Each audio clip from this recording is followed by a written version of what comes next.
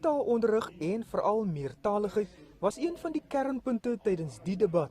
En sprekers is dit eens dat meertaligheid uiters belangrik is vir maatskaplike samehorigheid. Karin Brits, bestuurder van taal by die ATKV, sê menige Afrikaans sprekende beskou meertaligheid as 'n aanval op Afrikaans. Ons is bietjie bang as ons praat oor meertaligheid dat ons Afrikaans gaan verloor. Ons sien meertaligheid partykeer as gelykstaan aan Engels. En waar meertaligheid sê Afrikaans is deel van die pakkie. So as ons regtig ernstig daaroor is om Afrikaans te bevorder, sal ons dit in 'n meertalige konteks moet doen.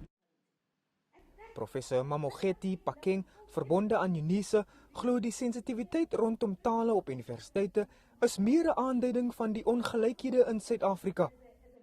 We will never be able to deal with the inequalities in our country until we deal with the issue of language, because the inequalities that you see in our society are mirrored in the language inequalities. So when students say Afrikaans must fall, of course it's about Afrikaans, but it is also not about Afrikaans. It's about the inequalities that exist and what Afrikaans represents. So you've got to deal with the issue of inequality. Maar nie alles is so ernstig hier by die Woordfees nie.